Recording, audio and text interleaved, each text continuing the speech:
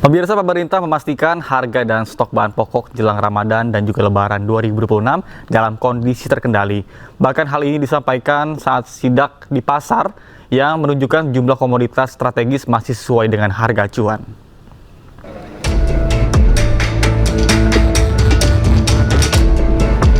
Menjelang Ramadan dan Lebaran, pemerintah melakukan pengecekan langsung ke sejumlah pasar tradisional untuk memantau harga serta ketersediaan bahan pokok. Untuk komoditas bawang merah, bawang putih, dan bawang bombay, harga disebut masih dalam batas wajar dan stabil. Sama halnya untuk beras medium memiliki harga eceran tertinggi Rp13.500 per kilogram. Beras SPHP di angka Rp12.500 dan beras premium Rp14.900 per kilogram. Stok beras nasional saat ini mencapai 3,2 juta ton dan terus bertambah, seiring serapan gabah petani yang dalam 1 bulan terakhir bertambah sekitar 100.000 ton. Sementara daging sapi berada di kisaran Rp140.000 per kilogram, meski di sejumlah lapak sempat menyentuh Rp145.000. Pengecekan harga sembako maupun semua barang-barang ataupun perlengkapan dapur untuk menghadapi bulan Ramadan, bulan suci, serta menghadapi kesiapan Lebaran tahun 2026 atau 1447 Hijriah. Pemerintah berharap sinergi antara produsen, pengecer, serta Satgas Pangan dapat terus menjaga harga pangan tetap terkendali hingga Hari Raya Idul Fitri. Dari Jakarta, Naura Syafika, Seto Pratomo, iNews melaporkan. Informasi dalam negeri, pemirsa, masjid-masjid di kota Yogyakarta mempertahankan tradisi menyuguhkan takjil dengan berbagai menu spesial. Bahkan salah satunya adalah di Masjid Gede Kauman yang menyajikan menu khas berupa ribuan porsi gulai kambing.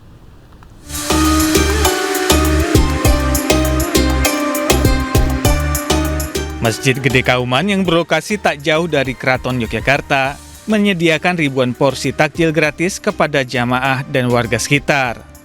Para pengurus masjid tampak sibuk menyiapkan makanan dan juga minuman untuk dihidangkan kepada jamaah yang ingin berbuka puasa di masjid ini. Khusus hari Kamis terdapat menu spesial yang disiapkan Masjid Gede Kauman kepada para jamaah.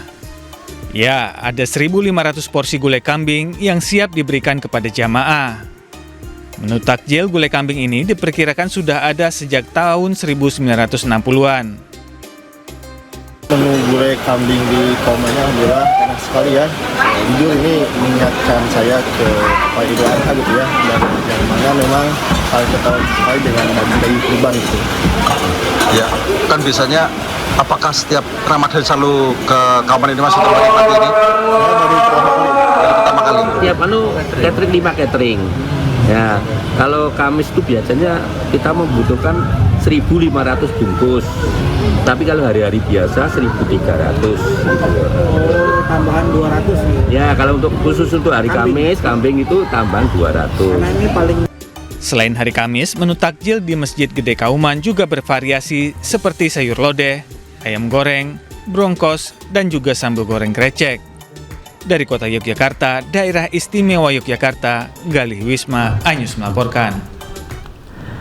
Pemirsa, Ramadan selalu identik dengan berbagai kuliner khas. Di Kabupaten Pandeglang, salah satu takjil yang tidak pernah sepi peminat adalah apem putih bohai. Sementara itu di Depok, Jawa Barat, warga dimanjakan dengan sensasi mochi lembut bertabur kurma manis.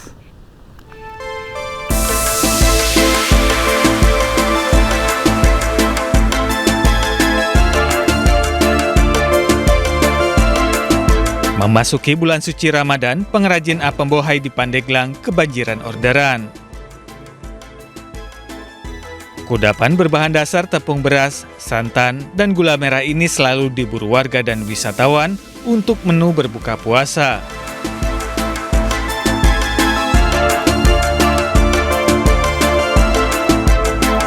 Proses fermentasi selama 9 jam membuat kue ini terasa gurih namun tetap lembut dan kenyal.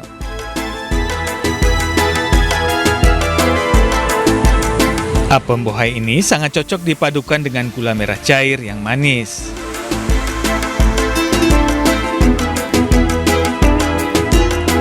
Apa yang lembut? Nah, kalau saya kan sering juga beli di ini ya, pinggir jalan waktu orang kemarin juga sempat beli di tempat yang lain agak kasar.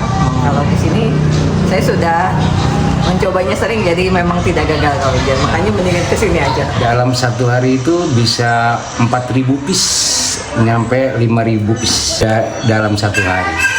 Sangat antusias ya dari luar kota kebanyakan ya, dari luar kota Pandeglang termasuknya ya.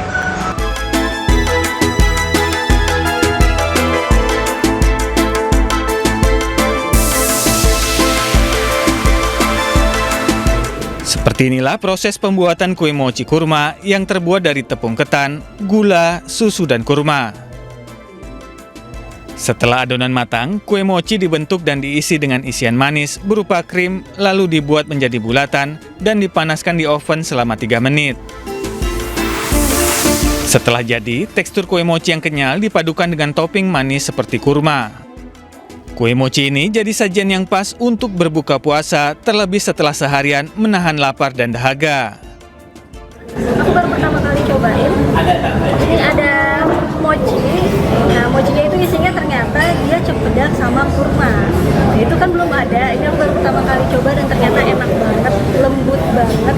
Terus rasa susunya itu benar-benar fresh banget dari krimnya. Margo sendiri, Dermago Hotel mempunyai signature dengan menggunakan mochi yang isinya nangka cempedak. Tetapi karena temanya hari ini adalah tema Ramadan, sehingga kami kombinasikan antara cempedak dengan juga kurma.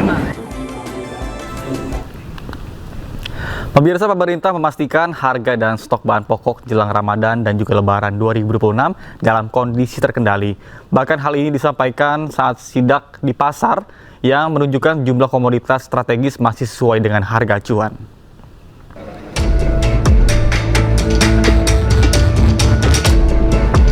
Menjelang Ramadan dan Lebaran, pemerintah melakukan pengecekan langsung ke sejumlah pasar tradisional untuk memantau harga serta ketersediaan bahan pokok.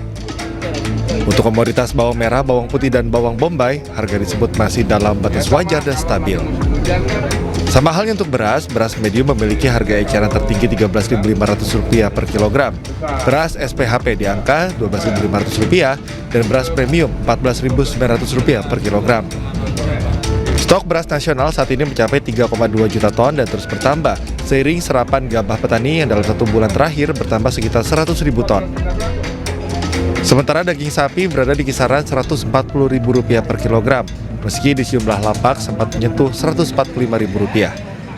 Pengecekan harga sembako maupun semua barang-barang ataupun perlengkapan dapur untuk menghadapi bulan Ramadan, bulan suci, serta menghadapi kesiapan Lebaran tahun 2026 atau 1447 Hijriah. Pemerintah berharap sinergi antara produsen, pengecer, serta Satgas Pangan dapat terus menjaga harga pangan tetap terkendali hingga Hari Raya Idul Fitri.